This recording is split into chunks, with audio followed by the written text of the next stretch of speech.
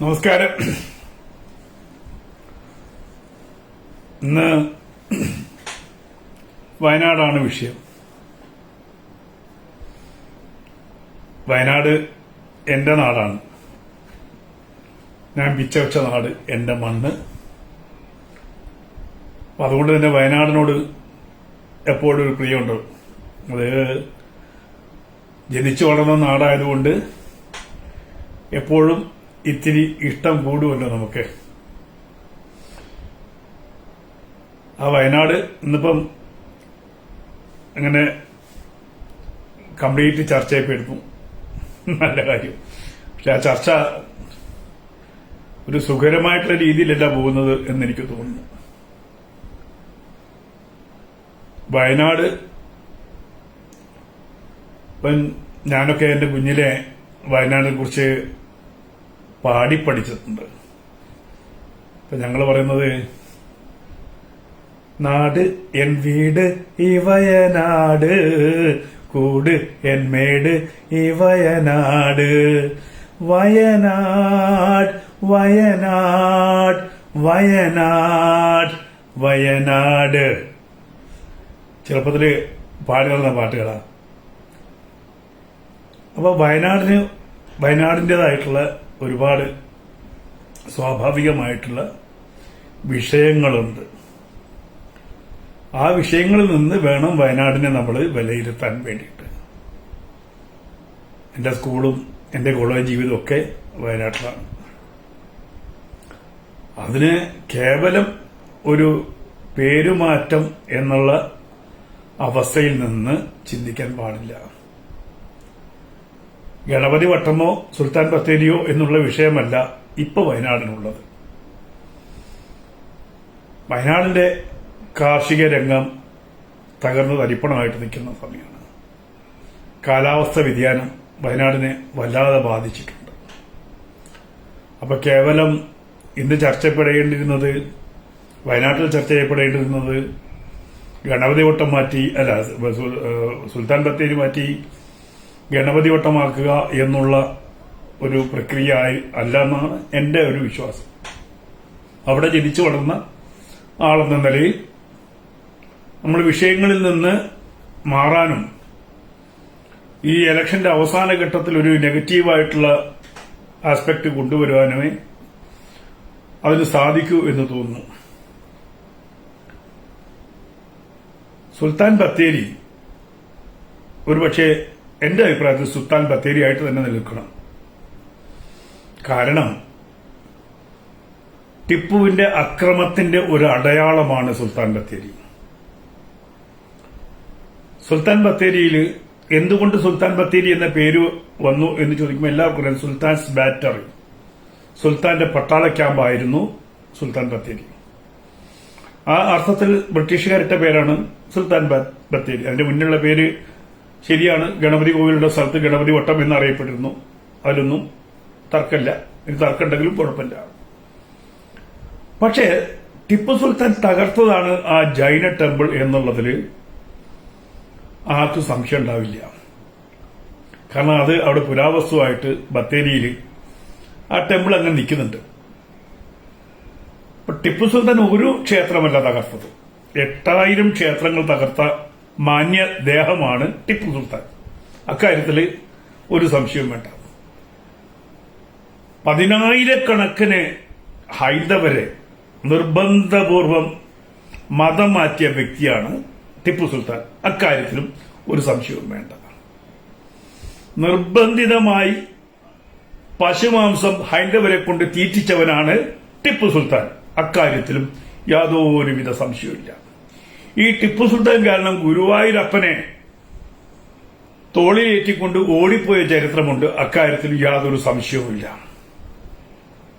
നമ്മുടെ നാട്ടിലെ ആളുകൾ തങ്ങളുടെ പട്ടിക്ക് ടിപ്പു എന്ന് പേരിട്ട കാര്യത്തിലും യാതൊരു സംശയമില്ല. എന്തുകൊണ്ടായിരിക്കണം പട്ടിക്ക് ടിപ്പു എന്ന് പേരിട്ടത്? മലബാറിലെ മിക്ക കുടുംബങ്ങളിലും പട്ടിയുടെ പേര് ടിപ്പു ആയിരുന്നു. അതിലും യാതൊരു സംശയവുമില്ല. അപ്പൊ ടിപ്പു സുൽത്താനെ സംബന്ധിച്ച് നമുക്ക് ചർച്ച ചെയ്യാം. ധാരാളമാണ്. ടിപ്പുവിന്റെ ക്രൂരതകൾ ഏറ്റവും കൂടുതൽ അനുഭവിച്ചിരിക്കുന്നത് മലബാറാണ്. മലബാറിലെ ജനങ്ങൾ ഇന്നും ടിപ്പു തകർത്തുകൊണ്ടിരിക്കുന്ന ഓരോ ക്ഷേത്രവും കല്ലിനോട് കല്ല് ചേർന്ന് ഉയർന്നുകൊണ്ടിരിക്കുകയാണ് എന്നുള്ളതും ആരും മറക്കണ്ട. അത്തരം പല ക്ഷേത്രങ്ങളുടെയും ഉയർച്ചയുടെ ചടങ്ങുകളിൽ പങ്കെടുക്കാൻ എനിക്ക് ഭാഗ്യം സിദ്ധിച്ചിട്ടുണ്ട്. അങ്ങനെ പോയ ക്ഷേത്രങ്ങളിൽ ഒരു ക്ഷേത്രത്തിന്റെ മണിക്കറിൽ നിന്ന് 40ഓളം തലയോട്ടികൾ കിട്ടി എന്നുള്ള വസ്തുതയും എനിക്ക് നേരിട്ട് ബോധ്യപ്പെട്ടതാണ്. മലബാറിലെ ഒട്ടുമിക്ക ക്ഷേത്രങ്ങളും വലിയ ക്ഷേത്രങ്ങളും ടിപ്പു സുൽത്താൻ തകർത്തിരുന്നു. അവിടുത്തെ സമ്പത്ത് കൊള്ളയടിച്ചിരുന്നു. അക്കാര്യത്തിലൊന്നും ഇനി എങ്ങനെ പോയാലും ചരിത്രത്തിന്റെ ഇഴകീറി പരിശോധിച്ചാലും ടിപ്പു ഒരു നരാധമനായിരുന്നു എന്നുള്ള കാര്യത്തിൽ ആർക്കും സംശയം വേണ്ട. വാര്യംകുന്നിനെ നമ്മൾ എങ്ങനെ കാണുന്നു അതേപോലെ തന്നെ ടിപ്പുവിനെ മലബാറിലെ ഹൈന്ദവർ കാണുന്നത്. യാതൊരു സംശയവും വേണ്ട, അക്കാര്യത്തിലും സംശയം വേണ്ട. 2 ക്ഷേത്രങ്ങൾ സംരക്ഷിച്ചു, ബാക്കി 8000 ക്ഷേത്രങ്ങൾ തകർത്തു. അതുകൊണ്ട് ഒരാൾ മാന്യനാവില്ല, ക്ഷേത്രസ്നേഹിയാവില്ല. അത് ചരിത്രത്തിന്റെ ഭാഗമാണ്. ചരിത്രം ഇഴകീറി ധാരാളം മനുഷ്യര് പഠിച്ചിട്ടുണ്ട്, അതിനെക്കുറിച്ച് എഴുതിയിട്ടുണ്ട്. ടിപ്പു സുൽത്താൻ ഓരോ ദിവസവും കൊന്നൊടുക്കിയ ഹൈന്ദവരുടെയും മതം മാറ്റിയ ആളുകളുടെയും എണ്ണമടക്കം എഴുതിയ കത്തുകളുടെ രേഖ ഇന്ന് പുരാവസ്തു വകുപ്പിൽ ഉണ്ട്. ഇതൊന്നും നമുക്ക് മാറ്റിമറിച്ച് കളയാൻ പറ്റില്ല. അതുകൊണ്ട് ടിപ്പു സുൽത്താനെ ആരും വെള്ളപൂശാനൊന്നും ശ്രമിക്കേണ്ട. ടിപ്പു സുൽത്താൻ മലബാറിനെ സംബന്ധിച്ചോളം ഒരു നല്ല വ്യക്തിയല്ല. ഒരിക്കലും അത് അംഗീകരിച്ചു കൊടുക്കാനും പറ്റില്ല. ടിപ്പു എവിടെയൊക്കെ പടം നയിച്ചിട്ടുണ്ടോ, എവിടെയൊക്കെ ക്യാമ്പ് ചെയ്തിട്ടുണ്ടോ അവിടുത്തെ ഒരു പ്രത്യേകതയുണ്ട്. ഗുരുവായൂർ എന്താണ് ആ പ്രത്യേകത നോക്കുക. ഗുരുവായൂരിൽ ബഹുഭൂരിപക്ഷം വരുന്ന ആളുകൾ എന്തായിരുന്നു, മലബാറിൽ ബഹുഭൂരിപക്ഷം വരുന്ന ആളുകൾ എന്തായി മാറി. ടിപ്പു എവിടം വരെ പോയിട്ടുണ്ടോ അവിടം വരെയുള്ള ജനസംഖ്യയുടെ തോതൊന്ന് പഠിച്ചാൽ ഇത് വ്യക്തമാകും. ആലുവ പുഴയുടെ തീരത്തുനിന്ന് വെട്ടുകൊണ്ട് ഓടിപ്പോയ ടിപ്പു ആലുവയുടെ അപ്പുറത്തേക്ക് കടന്നിട്ടില്ല. ടിപ്പുവിന്റെ ഓർമ്മയ്ക്കൊരു ഉഗ്രൻ അടയാളം തിരുവനന്തപുരത്തുണ്ട്. പത്മനാഭസ്വാമി ക്ഷേത്രത്തിന്റെ മുമ്പില് 2 മുട്ടനാടുകളുടെ ഒരു ക്ലോക്ക് ഉണ്ട്.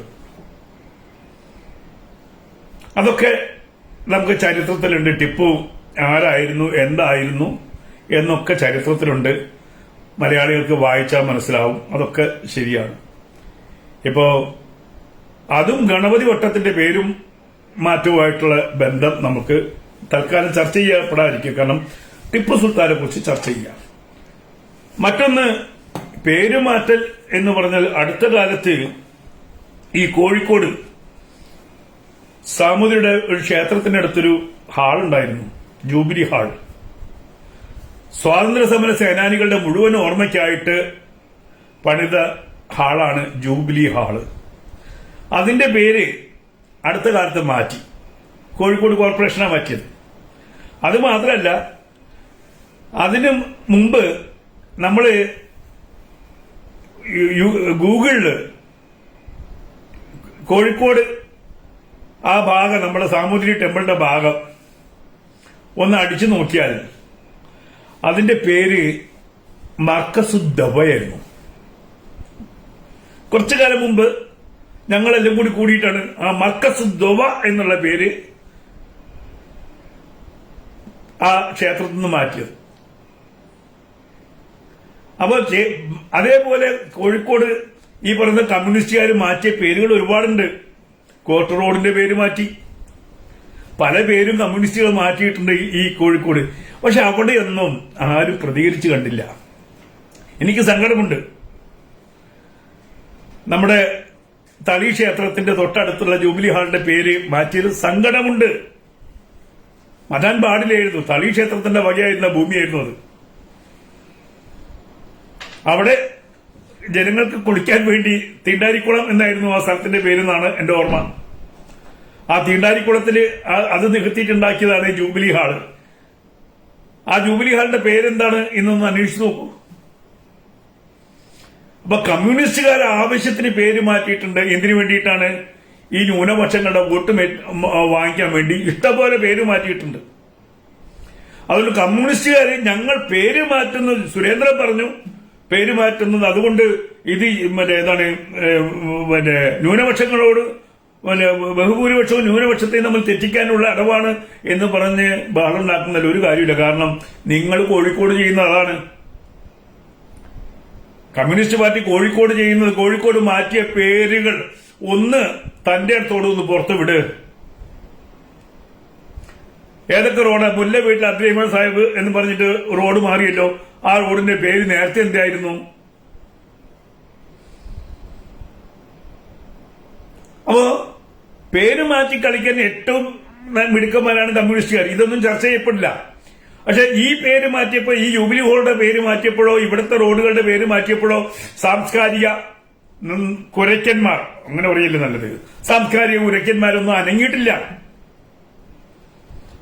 ഈ Kozhikode communist Marxist party corporation കോഴിക്കോടിലെ അങ്ങാടിയിലെ മുഴുവൻ പേര് മാറ്റിയപ്പോൾ ഒരു സാംസ്കാരിക കുരയും നമ്മൾ കേട്ടിട്ടില്ല.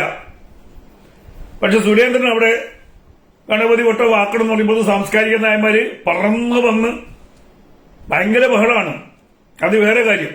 പക്ഷെ ഞാൻ പേര് മാറ്റണം എന്നൊന്നും ആവശ്യപ്പെടുന്ന കൂട്ടത്തിലല്ല. കാരണം വയനാടിന്റെ പ്രശ്നം അത് മാത്രമല്ല. ഇപ്പൊ സുൽത്താൻ ബത്തേരിയുടെ പേര് മാറ്റിയതുകൊണ്ട് വയനാട്ടിന് ഒരു ഗുണവും സംഭവിക്കാൻ പോകുന്നു എന്ന് എനിക്ക് തോന്നലുമില്ല. പക്ഷെ ഇത് മുതലെടുക്കാൻ ഇടതുപക്ഷവും വലതുപക്ഷവും വരണ്ട എന്നുള്ളൊരു കാര്യം ഇവിടെ തീർത്തു പറയാം. കാരണം നിങ്ങൾ ചെയ്യുന്ന അതേ കാര്യം തന്നെയാണ് ഇപ്പോ ഇവിടെ സംഭവിച്ചുകൊണ്ടിരിക്കുന്നത്.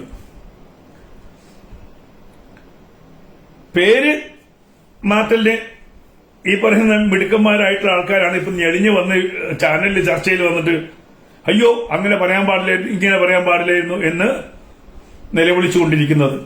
അത് ശരിയല്ല. പേരുമാറ്റത്തിന്റെ ആൾക്കാർ ഇന്ന് കേരളത്തിൽ മാറ്റപ്പെടേണ്ട പേരുകൾ സുൽത്താൻ ബത്തേരിയേക്കാളും പെട്ടെന്ന് മാറ്റേണ്ട ഒരുപാട് പേരുകളുണ്ട്. പാകിസ്ഥാൻ മുഖൊക്കെ ഇന്നും കേരളത്തിലുണ്ട്. പാകിസ്ഥാന് ബന്ധപ്പെട്ട ഒരുപാട് പേരുകൾ ഇന്നും കേരളത്തിലുണ്ട്. അന്വേഷിക്കണം.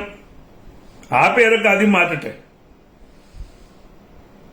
കാരണം രാജ്യദ്രോഹികളായിട്ടുള്ള ആളുകൾ ഇട്ട പേരുകൾ ഇന്ന് നിലനിൽക്കുന്നുണ്ട് കേരളത്തിൽ. അതിന് സർക്കാർ കൂട്ടുനിൽക്കുന്നുണ്ട്. അത്തരം കാര്യങ്ങൾ ചോദ്യം ചെയ്യപ്പെടേണ്ടത് തന്നെയാണ്, യാതൊരു സംശയവുമില്ല. അതേപോലെ ഈ ഒരു പേരുമാറ്റം പറഞ്ഞിട്ട് ടിപ്പു സുൽത്താനെ എല്ലാവരും കൂടി അങ്ങോട്ട് വെള്ള പൂശുക എന്ന് പറഞ്ഞു കഴിഞ്ഞാൽ അത് അത്ര സുഖകരമായിട്ടുള്ള കാര്യമായിട്ട് എനിക്ക് തോന്നുന്നില്ല. വയനാട്ടിൽ ഒരുപാട് പ്രശ്നങ്ങളുണ്ട്. വയനാടിന്റെ പ്രശ്നങ്ങൾ ഞങ്ങൾ ജനിച്ചു വളർന്ന ഒരു പശ്ചാത്തലത്തിൽ ഞങ്ങൾക്കറിയാവുന്നതാണ്. ഒന്ന്, ഏറ്റവും പ്രശ്നം എന്ന് പറയുന്നത് കാടിനോട് ചേർന്ന് നിൽക്കുന്ന പ്രദേശങ്ങളാണ് കൂടുതൽ. മാനന്തവാടി, പുൽപ്പള്ളി, ബത്തേരി, അങ്ങനെ തുടങ്ങി വൈത്തിരി അടക്കം നിൽക്കുന്ന ഏരിയകളൊക്കെ കാടിനോട് ചേർന്ന് നിൽക്കുന്ന ഏരിയകളാണ്. നമ്മളിപ്പോ കണ്ടു കടുവയും കരടിയും എല്ലാം നാട്ടിലിറങ്ങി വിലസുന്ന കാര്യങ്ങൾ നമ്മൾ കണ്ടു. അത് മാത്രമല്ല, വയനാട് കൃഷിയുടെ കാര്യത്തിൽ വയനാട്ടില് ഇപ്പൊ മുളകുമില്ല, കാപ്പിയുമില്ല, ഒന്നുമില്ലാത്തൊരവസ്ഥയിലാണ് വയനാട്ടിലുള്ളത്. കൃഷികളൊക്കെ നശിച്ചു പോയിട്ടുണ്ട്. കൃഷി ചെയ്യാൻ പറ്റാത്ത അവസ്ഥ വയനാട്ടിലുണ്ട്. മൃഗങ്ങളുടെ ശല്യം കാരണം ഒരു ഏരിയയിൽ കൃഷി ചെയ്യാൻ പറ്റാത്ത അവസ്ഥയുണ്ട്. പിന്നെ വയനാട് വികസിച്ചു എന്ന് പറഞ്ഞാൽ വയനാട്ടിൽ യാതൊരു വികസനവും നടന്നിട്ടില്ല. ഇന്നും വയനാട്ടിൽ ഒരു രോഗി ഉണ്ടെങ്കിൽ ആ രോഗിയും കൊണ്ട് എങ്ങോട്ടാണ് ഓടേണ്ടത്? കോഴിക്കോട് മെഡിക്കൽ കോളേജിൽ ഓടണം. മാനന്തവാടി മെഡിക്കൽ കോളേജിന്റെ അവസ്ഥയൊക്കെ എല്ലാവർക്കും അറിയാവുന്ന കാര്യമാണ്. ഒരു നല്ല ട്രീറ്റ്മെന്റ് കിട്ടണമെങ്കിൽ വയനാട്ടിൽ ട്രീറ്റ്മെന്റ് കിട്ടില്ല. അത് കോഴിക്കോട്ടേക്ക് ഓടണം. അത് സത്യമായിട്ടുള്ള കാര്യമാണ് വയനാട്ടിൽ. അപ്പൊ വയനാടിന്റെ പ്രശ്നങ്ങൾ ആ പ്രശ്നങ്ങളിൽ ഊന്നി വേണം. അതല്ലാതെ ഒരു ഗണപതി വട്ടത്തിന്റെ പേര് മാറ്റുന്ന ഇഷ്യൂ മുന്നോട്ട് വെച്ചുകൊണ്ട് അത് മാത്രമാണ് ഇലക്ഷൻ അജണ്ട എന്നുള്ള രീതിയിൽ പോയി കഴിഞ്ഞാൽ അത് ഗുണത്തെക്കാളേറെ ദോഷമുണ്ടാക്കും എന്ന് എല്ലാവരും മനസ്സിലാക്കിയെന്ന്. ഇനി 15 ദിവസമാണ് ഇലക്ഷൻ ഉള്ളത്. പ്രചരിപ്പിക്കാനുള്ളത്. ആ സമയത്ത് ഇത്തരം വിഷയങ്ങളല്ല ഇവിടെ ചർച്ച ചെയ്യപ്പെടേണ്ടത് എന്നുള്ള കാര്യത്തിൽ എനിക്ക് മറ്റൊരു അഭിപ്രായമില്ല. ഈ വിഷയങ്ങളല്ല ഇപ്പൊ ചർച്ച ചെയ്യപ്പെടേണ്ടത്. ഈ വിഷയങ്ങൾ പിന്നീട് ചർച്ച ചെയ്യാവുന്ന, അല്ലെങ്കിൽ അതിൽ മാറ്റേഴ്സ് ഇല്ല. ഈ പറയുന്ന കാര്യത്തിൽ ഞാൻ പറയുന്നല്ലേ, അത് അടയാളമായിട്ട് കിടക്കട്ടെ. സുൽത്താൻ ബത്തേരി, ആ സുൽത്താൻ എങ്ങനെയാണ് സുൽത്താൻ ബത്തേരി എന്ന പേര് വന്നത്? അവിടെ വരുന്ന ആൾക്കാർക്ക് ആ ജൈന ടെമ്പിൾ കാണുമ്പോൾ എന്തായിരുന്നു ടിപ്പു സുൽത്താൻ എന്ന് മനസ്സിലാക്കാനുള്ള ഏറ്റവും വലിയ അടയാളമായിട്ട് അത് അവിടെ നിൽക്കട്ടെ. ഒരു ക്രൂരനായ മനുഷ്യനാണ്, ക്ഷേത്രങ്ങൾ തകർത്തവനാണ്. അതിന് ഏറ്റവും മകുടോദാഹരണമാണ് ഈ പറയുന്ന ഒരു നല്ല ടെമ്പിളാണ് ടിപ്പുവിൻ തകർത്ത ടെമ്പിള്. അതേപോലെ ധാരാളം ടെമ്പിളുണ്ട്. ആ ടെമ്പിളൊക്കെ, ആ തകർത്ത ടെമ്പിളുകളൊക്കെ ഒന്ന് നമുക്ക്, ക്ഷേത്രങ്ങളൊക്കെ ഒന്ന് ഉഷാറാക്കി പുനരുദ്ധിച്ചു കൊണ്ടുവരാനുള്ള ശ്രമം നാട്ടുകാർ നടത്തുന്നുണ്ട്. അതിന്റെ കൂടെ നമുക്കും കൈകോർക്കാം. അതാണ് ഏറ്റവും നല്ല കാര്യം. മറ്റ് വിഷയങ്ങൾ ഈ പറഞ്ഞതുപോലെ നാം ചർച്ച ചെയ്യേണ്ടുന്ന വിഷയങ്ങൾ ഇപ്പോൾ ഇതൊന്നുമല്ല. ഒരു പൊതു തെരഞ്ഞെടുപ്പ്, അതും പാർലമെന്റ് തെരഞ്ഞെടുപ്പ് ഇങ്ങനെ അറ്റത്ത് വന്ന് നിൽക്കുമ്പോൾ വിഷയങ്ങളിൽ നിന്ന് വ്യതിചലിക്കാൻ മറ്റുള്ളവർക്ക് അവസരം കൊടുക്കുന്നത് ഒരു ശരിയായ നടപടിയല്ല എന്നെനിക്ക് തോന്നുന്നുമില്ല. വലിയ വിഷയങ്ങൾ, ആ വിഷയങ്ങൾ ഈ പറയുന്ന പോലെ വർഗീയ ധ്രുവീകരണം യഥാർത്ഥത്തിൽ എവിടെയാണ് സംഭവിക്കുന്നത്? ആരാണ് ഈ വർഗീയ വോട്ട് കച്ചവടം നടത്തുന്നത്? അതല്ലേ പുറത്തേക്ക് വരേണ്ടത്. ഇടതും വലതും ഒരുപോലെ തന്നെ ഈ പ്രീണനം നടത്തുമ്പോൾ അതിന് അഗ്നി ഒഴിച്ചു കൊടുക്കുന്ന രീതിയിൽ മുന്നോട്ട് പോകുന്നത് നല്ല കാര്യമല്ല എന്നുള്ളതാണ് ഒരു സാമാന്യ വോട്ടർ, ബോധമുള്ള വോട്ടർ എന്നുള്ള അർത്ഥത്തിൽ എനിക്ക് പറയാനുള്ളത്. മറ്റ് വിഷയങ്ങളിലേക്ക് കടക്കുക. വയനാട്ടിലെ വലിയ വിഷയങ്ങൾ ഉണ്ടാകുമ്പോൾ ആ വിഷയങ്ങളിലേക്ക് എത്തി നോക്കി ആ വിഷയങ്ങൾ ഇടപെടുന്നതായിരിക്കും എപ്പോഴും നല്ലത്. കാരണം ഞങ്ങളൊക്കെ വയനാടിനെ അങ്ങനെ സ്നേഹിക്കുന്നുണ്ട്. ഇന്ന് കേരളത്തിൽ ഏറ്റവും കൂടുതൽ മുന്നോട്ട് വരാവുന്ന ഒരു ജില്ലയാണ് ഇടുക്കി ജില്ല പോലെ വയനാട് ജില്ല. ഒരു കാലത്ത് സുഗന്ധവ്യഞ്ജനങ്ങൾ തേടി അറബികളും യൂറോപ്യന്മാരും ഇങ്ങോട്ട് വന്നിട്ടുണ്ടെങ്കിൽ അത് വയനാടിന്റെ ബലമാണ്. കോഴിക്കോട് എന്ന നഗരം ഇവിടെ ഉണ്ടായിട്ടുണ്ടെങ്കിൽ അതിന്റെ വയനാടിന്റെ ഗുണം കൊണ്ടാണ് ഉണ്ടായത്. ചരിത്രത്തിലേക്ക് ശരിക്കും നോക്കണം. ഇന്നത് നഷ്ടപ്പെട്ടു പോകുമ്പോൾ വയനാട്ടിലെ സുഗന്ധവ്യഞ്ജനങ്ങളുടെ അവസ്ഥ മനസ്സിലാക്കുമ്പോൾ ആ രംഗത്ത് എന്ത് ചെയ്യാൻ പറ്റും നമുക്ക് എന്ന് ചിന്തിക്കട്ടെ.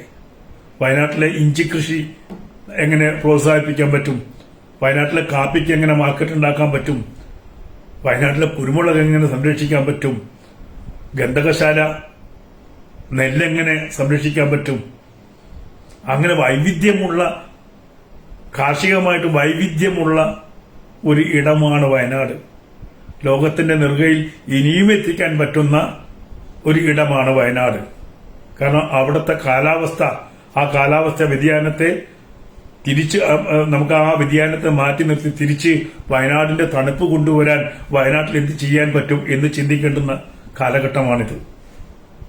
അങ്ങനെ സംഭവിക്കുകയാണെങ്കിൽ വയനാടിന് പഴയ പെരുമ, വയനാടിന് മാത്രമല്ല വയനാടിന്റെ പെരുമയിൽ കോഴിക്കോടിനും ആ പെരുമയുണ്ടാവും. ഇന്ന് ആ കോഴിക്കോടിന് ആ പെരുമയില്ല. സുഗന്ധവ്യഞ്ജനങ്ങളുടെ നാട് എന്ന് പറയാൻ കാരണമായിട്ടുള്ള വയനാട്ടിൽ അതില്ലാത്തത് കാരണം ഇന്ന് വൈദേശികർ വരുന്നത് വെറും ടൂറിസ്റ്റുകളായിട്ട് മാത്രമാണ്. അവര് നമ്മുടെ ഉൽപ്പന്നങ്ങൾ തേടി വരേണ്ടുന്ന ഒരു കാലഘട്ടമുണ്ട്. അന്ന് വന്നിരുന്നു, ഇനിയോ അത് നമുക്ക് വരുത്താൻ കഴിയും. വയനാടിന്റെ ഉൽപ്പന്നങ്ങൾ തേടി വയനാടിന്റെ സമൃദ്ധമായ കാലഘട്ടത്തിലേക്ക് തിരിച്ചു പോവുകയാണ്. സുഗന്ധവ്യഞ്ജനങ്ങളുടെ നാടായി മാറുകയാണെങ്കിൽ വെറും ടൂറിസ്റ്റുകളല്ല, വയനാടിന്റെ ഉൽപ്പന്നങ്ങൾ വാങ്ങാൻ വേണ്ടി ലോകത്തിന്റെ എല്ലാ കോണുകളിൽ നിന്നും അവിടേക്ക് ആളുകൾ എത്താൻ സാധ്യതയുണ്ട്. ആ സാധ്യതകളെക്കുറിച്ചാണ് നമ്മളിപ്പോൾ ചിന്തിക്കേണ്ടുന്നത്. അവിടെ ഇടതോ വലതോ ആരും ഇതിനെക്കുറിച്ച് ചർച്ച ചെയ്തിട്ടില്ല. രാഹുൽ ഗാന്ധിക്ക് വയനാട്ടിലെ കാപ്പിയുടെ പേര് പോലും അറിയില്ല. ഏതൊക്കെ ഇനം കാപ്പിയുണ്ട്, ഏതൊക്കെ ഇനം കുരുമുളകുണ്ട് എന്നൊന്ന് രാഹുൽ ഗാന്ധിയോട് ചോദിക്കാമോ നിങ്ങൾക്ക്? ബബ്ബടിക്കും. വയനാടിന്റെ ഒരു അവസ്ഥ അറിയാത്ത ആളാണ് രാഹുൽ ഗാന്ധി. അത് മനസ്സിലാക്കണം. വയനാട്ടിലെ ജനജീവിതം എന്താണ്, അവിടെ കുടിയേറ്റ കർഷകരുടെ പ്രശ്നം എന്താണെന്ന് ചോദിച്ചാലും രാഹുൽ ഗാന്ധിക്ക് അറിയില്ല. കാരണം രാഹുൽ ഗാന്ധി വയനാട്ടില് ഇലക്ഷന് ഈ പ്രചാരണത്തിന് മുന്നിൽ 2 ദിവസമാണ് വരുന്നത്. MP ആയി കഴിഞ്ഞാലും വയനാട്ടിലോട്ട് രാഹുൽ ഗാന്ധി വരുമോ? അവിടെ ആര് ജയിക്കുന്നു എന്നുള്ളതല്ല. എന്റെ അഭിപ്രായത്തിൽ വയനാടിനെ അറിയുന്ന, വയനാടിന്റെ ഇത് അവിടെ സുരേന്ദ്രൻ ജയിക്കണം എന്നല്ല ഞാൻ പറയുന്നത്. കാരണം ഞാനിപ്പോ ഒരു വ്യക്തമായ രാഷ്ട്രീയത്തിന്റെ ആളല്ലാത്തതുകൊണ്ട് സുരേന്ദ്രൻ ജയിക്കണമെന്നോ ആര് ജയിക്കണോ എന്നല്ല പറയുന്നത്. പക്ഷെ വയനാടിന് മാറ്റമുണ്ടാവണമെങ്കിൽ എന്റെ ഒരു നാട് എന്ന നിലയ്ക്ക് വയനാടിന്റെ പ്രശ്നങ്ങൾ മനസ്സിലാക്കുന്ന, വയനാടിന്റെ കാർഷിക അഭിവൃദ്ധി ലക്ഷ്യമാക്കുന്ന നടപടികളുണ്ടാവണം. ഏറ്റവും നന്നായി ടൂറിസം കൊണ്ടുപോകാവുന്ന ഒരു സ്ഥലം, മറ്റ് ഞാൻ നേരത്തെ പറഞ്ഞ ഏറ്റവും നന്നായിട്ട് നമ്മളെ പരമ്പരാഗതമായിട്ടുള്ള കൃഷി, ആ കൃഷി അവിടെ പ്രോത്സാഹനം കൊടുക്കുകയും ആ ഉൽപ്പന്നങ്ങൾ ലോകത്തിന്റെ കോണുകളിലേക്ക് എത്തും. എനിക്കറിയാം, ഞാൻ പറയുന്നു, അതായത് ലോകത്ത് അങ്ങനെ ഒരു അരി കിട്ടാവില്ല. നമ്മള് ഗന്ധകശാല എന്ന് പറയുന്ന ആ അരിയോളം മേന്മയുള്ള അരി, സുഗന്ധമുള്ള അരി ഞാനെവിടെയും കണ്ടിട്ടില്ല. ഞാൻ പല ജാതി അരിയും നോക്കിയിട്ടുണ്ട്. ഒന്ന് തിരുമ്മി അത് മൂക്കിലേക്ക് വെച്ചിക്കുമ്പോൾ നല്ല നറുനെയ്യിന്റെ ഗന്ധമുള്ള ഗന്ധകശാല. ഇന്ന് ഞാൻ ഗന്ധകശാല വാങ്ങിക്കണമെങ്കിൽ എവിടെയൊക്കെ തപ്പി പിടിച്ചാലേ എനിക്ക് 2 കിലോ ഗന്ധകശാല കിട്ടുള്ളൂ. കൊല്ലത്തിൽ നേരത്തെ എനിക്ക് കൊല്ലത്തിൽ എൻ്റെ ഒരു അധ്യാപകൻ കൊല്ലത്തിൽ 4-5 കിലോ അരി തിരുമായിരുന്നു. അങ്ങനെ വൈവിധ്യമുള്ള ഉൽപ്പന്നങ്ങൾ ഉണ്ടായിരുന്ന ഒരു നാടാണ് വയനാട്. മനസ്സിലാക്കണം. ആ വയനാട്ടിലേക്ക് നമ്മൾ ഇങ്ങനെ കേവലമായിട്ടുള്ള ഒരു തർക്കത്തിന് പോകുന്നതല്ല ബുദ്ധി. വയനാട്ടിൽ ജയിക്കുവോ തോൽക്കുവോ അതൊന്നും ഇവിടെ വിഷയമല്ല. പക്ഷെ വയനാടിന്റെ പ്രശ്നങ്ങൾ അറ്റ്ലീസ്റ്റ് ഒരു ഇലക്ഷൻ സമയത്തെങ്കിലും വയനാടിന്റെ പ്രശ്നങ്ങൾ എന്താണെന്ന് ഒരു സമൂഹ മധ്യത്തിൽ ചർച്ച ചെയ്യപ്പെടുന്നതിന് പകരം ഈ ഗണപതി വട്ടം ചർച്ച ചെയ്യപ്പെടുക എന്നുള്ളത്, ഗണപതി വട്ടം ഞാൻ കുറച്ച് കാണുന്നതല്ല. ഗണപതി വട്ടം ഞങ്ങളുടെ ക്ഷേത്രമാണ്, ബത്തേരിയിലെ ക്ഷേത്രമാണ്, ബത്തേരിയുടെ ഹൃദയഭാഗത്തുള്ള ക്ഷേത്രമാണ്. അതിൽ യാതൊരു സംശയമില്ല. മാരിയമ്മൻ കോവിലും അതുപോലെ പ്രിയപ്പെട്ട ക്ഷേത്രങ്ങൾ തന്നെയാണ്. അവിടെ ഒന്നിനോടും നമുക്ക് അപ്രിയമില്ല, അവിടുത്തെ പള്ളികളോടോ. കാരണം വയനാട് അങ്ങനെ, ഞാൻ വയനാട്ടിൽ ജനിച്ചത് കൊണ്ട് തന്നെ അറിയാം, അവിടെ ഈ കുടിയേറ്റ കർഷകരായിരുന്നു. അവിടെ ജാതിയോ മതമോ ഒരു കാരണവശാലും നേരത്തെ, ഇപ്പോഴല്ല, ഇപ്പൊ ചില കോണുകളിൽ തല മുക്കിയിട്ടുണ്ടെങ്കിലും മുൻപ് അതൊന്നും ഉണ്ടായിരുന്നില്ല. കാരണം ഇങ്ങനെ വിവിധ രാജ്യങ്ങളിൽ നിന്നും വിവിധ ജില്ലകളിൽ നിന്നും കുടിയേറി പാർത്ത, എന്റെ പിതാവൊക്കെ 100 വർഷങ്ങൾക്ക് മുമ്പ് കുടിയേറി പാർത്ത ആൾക്കാരാണ്. അപ്പൊ അങ്ങനെയുള്ള ഒരു സമൂഹത്തില് ഈ കാടിനോട് മല്ലിട്ട്, മൃഗങ്ങളോട് മല്ലിട്ട് വളർന്നു വന്ന ഒരു സമൂഹത്തിന്റെ പിന്തലമുക്കാരാണ് ഞങ്ങളൊക്കെ. അതുകൊണ്ട് ഞങ്ങൾക്ക് അവിടുത്തെ പ്രശ്നങ്ങൾ കൃത്യമായിട്ട് അറിയാം. വയനാടിന്റെ ഓരോ കോണിലും അന്തി ഉറങ്ങിയിട്ടുള്ള വ്യക്തിയാണ് ഞാൻ. ഇടയ്ക്കൽ ഗുഹയിലെ വരെ അന്തി ഉറങ്ങിയിട്ടുള്ള വ്യക്തിയാണ് ഞങ്ങൾ. അങ്ങനെ നനുത്ത ഓർമ്മകളുള്ള, തണുപ്പുള്ള, ആ തണുപ്പ് തീക്കാഞ്ഞ അന്നൊക്കെ ഞങ്ങൾ അങ്ങനെയാ. കൊടും തണുപ്പാണ്. രാവിലെ എഴുന്നേറ്റ് കഴിഞ്ഞാൽ നമുക്ക് പുറത്തേക്ക് ഇറങ്ങാൻ പറ്റില്ല. വിറക് തലേന്ന് ഞങ്ങൾ ഈ ഉണക്ക ഇലകളും ചുള്ളിക്കമ്പുകളൊക്കെ കുട്ടികൾ വാരി കൂട്ടി വെക്കും മുറ്റത്തിന്റെ ഒരു കോണിൽ. എന്നിട്ട് രാവിലെ, കാരണം മദ്രസയിൽ പോകുമ്പോൾ 7 മണിക്ക് മദ്രസയിൽ പോകണം. അപ്പൊ 5-6 മണിക്ക് 6 മണിക്ക് എഴുന്നേറ്റിട്ട് ഈ ഉണക്ക ചില്ലകൾക്ക് തീ കൊടുത്ത് ചുറ്റും നിൽക്കും. അപ്പം മൂത്തോറൻ എന്ന് പറഞ്ഞ എന്റെ ഒരു ജോലിക്കാരുണ്ട്. ഒരുപാട് തീ കാഞ്ഞ മേക്കായും, മേക്കാഞ്ഞ അസ്ഥി കായും, അസ്ഥി കാഞ്ഞ ബുദ്ധി കായും, ബുദ്ധി കാഞ്ഞാൽ ചത്തുപോകും. ഇങ്ങനെ പാടി ഉണർന്ന ഒരു നാടാണ് വയനാട്. അതേപോലെ സന്ധ്യാസമയങ്ങളിൽ എന്റെ വീട്ടിന്റെ അക്കരെയുള്ള കുന്നിൽ നിന്ന് ഇത് കേൾക്കാതിരിക്കില്ല. പണിയിൽ വൈകുന്നേരങ്ങൾ തുടികൊട്ടി പാടുന്ന നാടായിരുന്നു എന്റെ നാട്. കുറുമൽ മുട്ടമ്പുമായിട്ട് ഈ മുയലിനെ വേട്ടയ്ക്കിറങ്ങുന്ന കുറുമരുടെ നാടായിരുന്നു എന്റെ നാട്. മൃഗങ്ങളും മനുഷ്യരും ഒരുമിച്ച് പോയിരുന്ന നാടായിരുന്നു എന്റെ നാട്. ഒരിക്കലും നിലയ്ക്കാത്ത മഴയുള്ള കേരളത്തിലെ ഒരു ഏക ഇടമായിരുന്നു ലക്കിടി. ഓർക്കുന്നുണ്ടോ? 24 മണിക്കൂറും 365 ദിവസവും നൂൽമഴ പെയ്തുകൊണ്ടിരുന്ന നാടായിരുന്നു ലക്കിടി. വയനാടിന്റെ ഗേറ്റ് എത്തുമ്പോൾ മഴയില്ലാത്ത ഒരു ദിവസം പോലും ഞാൻ കുഞ്ഞിനാളിൽ കടന്നുപോയിട്ടില്ല. അത്രയും മനോഹരമായിരുന്ന ഇടമായിരുന്നു വയനാട്. ആ വയനാട് ജില്ല രൂപീകരിച്ചതിന് ശേഷം അവിടെ ഏത് കൃഷിയാണ് അനുയോജ്യമെന്നോ ഏത് രീതിയിൽ കൃഷി ചെയ്യണമെന്നോ യാതൊരു പ്ലാനിങ്ങുമില്ലാതെ കാപ്പിക്ക് വില കുറഞ്ഞപ്പോൾ കാപ്പി വെട്ടി, എന്നിട്ട് കൊക്കോ നട്ടു. കൊക്കോയ്ക്ക് വിലയില്ലാതെ അപ്പോൾ കൊക്കോ വെട്ടി കുരുമുളക് നട്ടു. കുരുമുളകിന് ക്ഷയം സംഭവിച്ചപ്പോൾ കുരുമുളക് വെട്ടി മറ്റ് സുഗന്ധവ്യഞ്ജനങ്ങൾ നട്ടു. ഇങ്ങനെ മാറി മാറി ഈ സ്ഥിര വിലയില്ലാത്തത് കാരണം വെട്ടിയും മുറിച്ചും ഇങ്ങനെ മാറി മാറി കൃഷി ചെയ്ത് നശിച്ചുപോയ ഒരു ഇടമാണ് വയനാട്. വയനാടിന്റെ ഭാവി അത്ര ഗുണകരമായിട്ട് തോന്നുന്നില്ല. കാരണം കാലാവസ്ഥാ വ്യതിയാനം വളരെ അധികം വയനാടിനെ ബാധിച്ചിട്ടുണ്ട്. വയനാടിന് ഒരു പ്രത്യേക രീതിയിൽ നമ്മൾ കാണേണ്ടുന്ന സ്ഥലമാണ് വയനാട്. ഇടുക്കി പോലെ തന്നെ. ഇടുക്കിക്ക് വയനാടിന് അത്ര ഭംഗിയില്ല എന്ന് പറഞ്ഞു. കർണാടക ബോർഡറുമായിട്ട് ചേർന്ന് നിൽക്കുന്നതുകൊണ്ട് കേട്ടോ. അപ്പൊ വയനാട്ടിൽ നേരത്തെ പറഞ്ഞ ഇന്നിപ്പം ചർച്ചയിൽ ഉരുത്തിരിഞ്ഞു നിന്ന ഒരു പ്രശ്നം വലിയ പ്രശ്നം തന്നെയാണ്. രാത്രി സഞ്ചാരം പറ്റാത്ത ഒരു കാര്യം. കർണാടകയിൽ നിന്ന് കേരളത്തിലേക്ക് രാത്രി സഞ്ചരിക്കാൻ പറ്റില്ല. അതിന് എന്ത് മാർഗമുണ്ട് എന്ന് ഇത്ര കാലമായിട്ട് നമുക്ക് ആലോചിച്ച് തീരുമാനത്തിലെത്താൻ പറ്റിയിട്ടില്ല. ചെറിയ വിഷയമല്ല, അത് വലിയ വിഷയം തന്നെയാണ്. അത്തരം വിഷയങ്ങൾ വയനാട്ടിൽ ചർച്ച ചെയ്യപ്പെടണം. അറ്റ്ലീസ്റ്റ് ഈ ഇലക്ഷൻ സമയത്തെങ്കിലും അത് ചർച്ച ചെയ്യപ്പെടണം. അത് ചർച്ച ചെയ്യപ്പെടാതെ പോകുന്നത് ദുഃഖകരം തന്നെയാണ്, യാതൊരു സംശയമില്ല. വയനാട്ടിലെ ജനങ്ങൾ അത് ആഗ്രഹിക്കുന്നുണ്ട്, വയനാടിനെ കുറിച്ച് ചർച്ച ചെയ്യപ്പെടണം. പക്ഷേ ഇന്ന് ഈ മുന്നണികൾ ഈ പറയുന്ന പോലെ വർഗീയ മുന്നണി ഒരു വശത്ത്, ആ വർഗീയ മുന്നണിയുടെ ഭാഗമായിട്ട് അവിടെ ഒരു ചുള്ളിക്കമ്പിന്റെ മുകളിലൊരു തുണി ചുറ്റി വെച്ച് ഇതിന് വോട്ട് ചെയ്യാൻ പറഞ്ഞാൽ വോട്ട് ചെയ്യുന്ന ഒരു അവസ്ഥയിലേക്ക് വയനാട് മാറിയിട്ടുണ്ടെങ്കിൽ വയനാടിന്റെ ദുരന്തം അതാണ്. വയനാടിനെ അറിയുന്ന ഒരു MP അവിടെ ഇല്ലാതെ പോകുന്നത് അത് ദുരന്തം തന്നെയാണ്. രാഹുൽ ഗാന്ധിയോട് വ്യക്തിപരമായിട്ട് എനിക്ക് ഞാനൊന്നും പറയുന്നില്ല. പക്ഷെ രാഹുൽ ഗാന്ധിക്ക് വയനാടിന് ഒന്നും ചെയ്യാൻ പറ്റില്ല എന്നുള്ള കാര്യം മറ്റൊരു കാര്യം. വയനാടിനെ അറിയാത്ത ഒരാളാണ് രാഹുൽ ഗാന്ധി. എന്തെങ്കിലും ഒരു പ്രശ്നം വന്നിട്ട് ഒരു കത്ത് കൊടുത്തിട്ട് തീരുന്ന പ്രശ്നങ്ങളല്ല വയനാട്ടിലുള്ളത്. വയനാടിന്റെ പ്രശ്നം കുറച്ച് ഗൗരവമായിട്ടുള്ള പ്രശ്നമാണ്. ആ രീതിയിൽ തന്നെ വയനാട് ജില്ലയെ കാണണം. മറ്റ് ജില്ലകൾ പോലെ ട്രെയിനിലെത്താൻ പറ്റില്ല, എയർപോർട്ടില്ല. ചുരമൊന്ന് നല്ല മഴ പെയ്ത് ചുരമിടിഞ്ഞാൽ വയനാട്ടിലേക്കുള്ള യാത്ര മുടങ്ങും.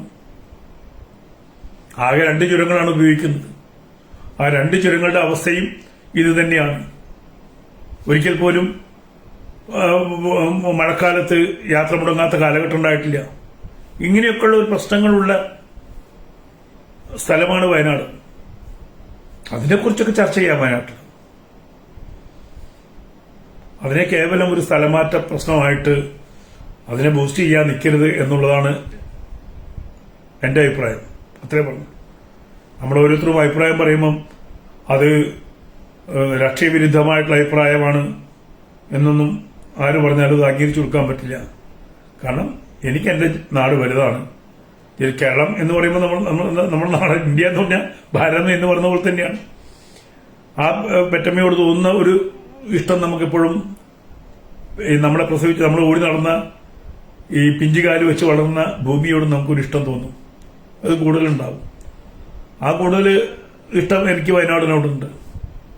കാരണം എന്നെ ഞാനാക്കിയത്, എന്നെ വളർത്തിയത് വയനാടാണ്. അതുകൊണ്ട് ആ വയനാട്ടിൽ ഒരു മാറ്റം വരണമെന്നും വയനാടിന് നന്മ വരണമെന്നും ആഗ്രഹിക്കുന്ന ആളാണ് ഞാൻ. പെട്ടെന്നൊന്നും വരില്ല എന്ന് പറയാം. കാരണം വയനാട്ടിലെ ജനങ്ങൾക്ക് വയനാടിന്റെ ജനങ്ങളുടെ പവറല്ല, വയനാട്ടിലെ വോട്ട് കൊണ്ടല്ല വയനാട്ടിലെ MP തെരഞ്ഞെടുക്കപ്പെടുന്നത്. പകരം കോഴിക്കോട് ജില്ലയുടെ വലിയൊരു ഭാഗവും വയനാട്ടിലേക്കുണ്ട്. അതുകൊണ്ട് കോഴിക്കോടുകാരുടെ താല്പര്യമാണ് മിക്കവാറും വയനാട്ടിലെ തെരഞ്ഞെടുപ്പിന് ബലമാവുന്നത്. വയനാട് ജില്ലയിലെ വോട്ടർമാരല്ല അവിടുത്തെ MP തെരഞ്ഞെടുക്കുന്നത് എന്നും കൂടിയുള്ള പ്രത്യേകതയുണ്ട്. മറ്റൊരു ജില്ലയും കൂടി പങ്കിടുന്നുണ്ട് ആ ജില്ലയെ. അതുകൊണ്ട് തന്നെ വയനാടിന് പ്രാതിനിധ്യം കുറയുന്നുണ്ട്. വയനാടിന് പുറമെയുള്ള കോഴിക്കോട് ജില്ലയുടെ ഭാഗമായിട്ടുള്ള ഏരിയയിലെ വോട്ടും കൊണ്ടുകൂടിയാണ് അവിടെ എം പി ആവുന്നത്. അതുകൊണ്ട് വയനാട് ജില്ലയ്ക്ക് ഒരു എം പി എന്ന് പറഞ്ഞാൽ വയനാട് ജില്ലയുടെ മാത്രം എം പി അല്ല, കോഴിക്കോട് ജില്ലയുടെ കൂടി ഒരു എം പി ആണ്. അത് മനസ്സിലാക്കണം.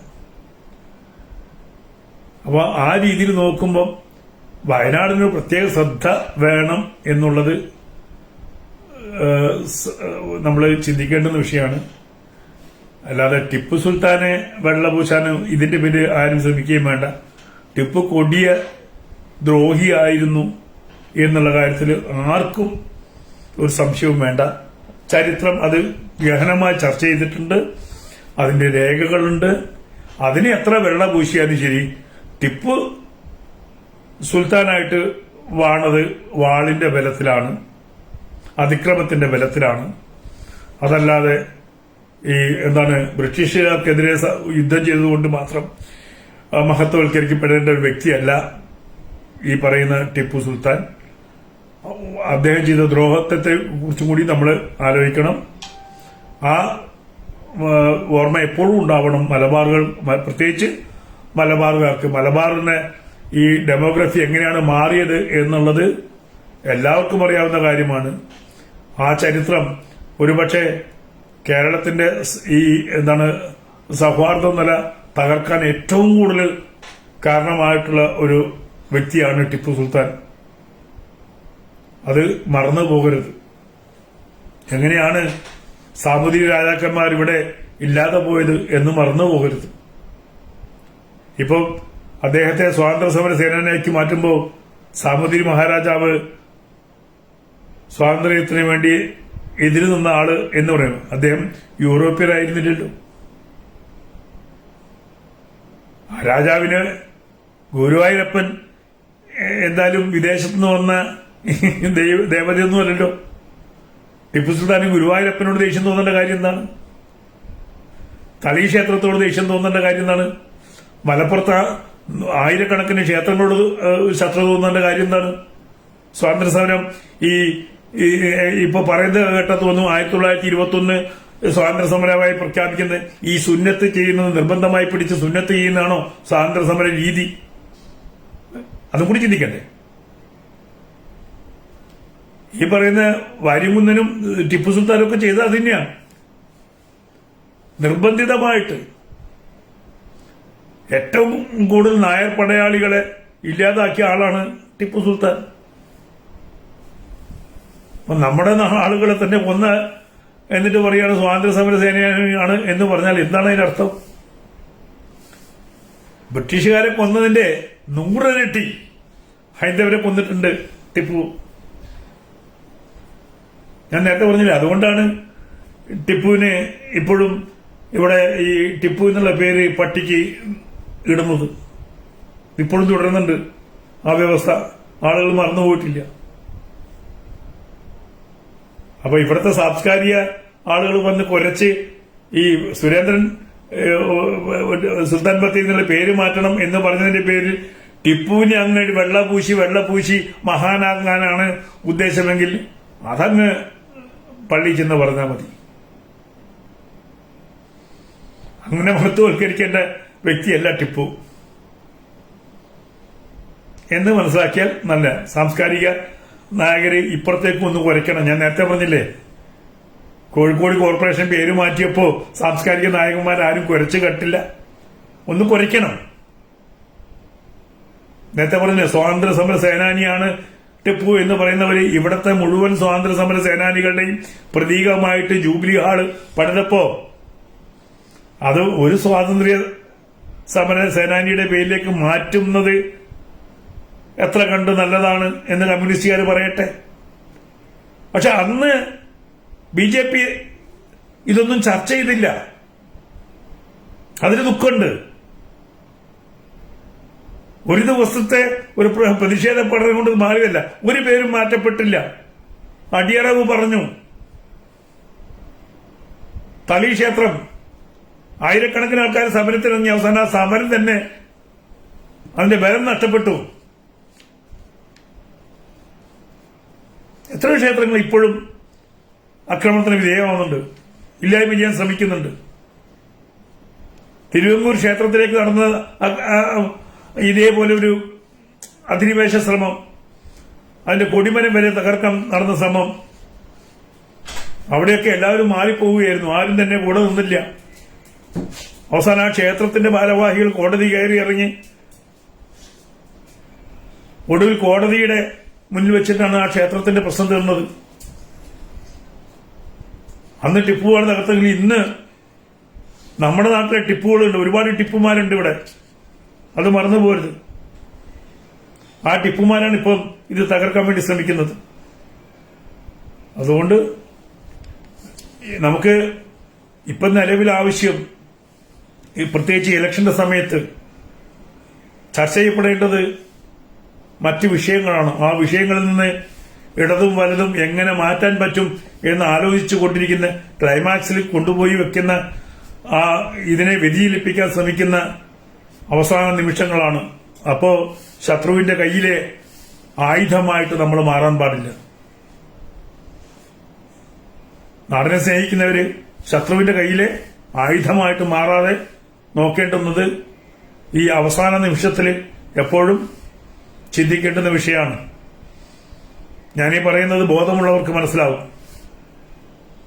എല്ലാവർക്കും മനസ്സിലായിക്കൊള്ളണമെന്നില്ല. ബോധമുള്ളവർക്ക് മനസ്സിലായാൽ അതിനനുസരിച്ചുള്ള തിരുത്തലുണ്ടായാൽ നന്ന്.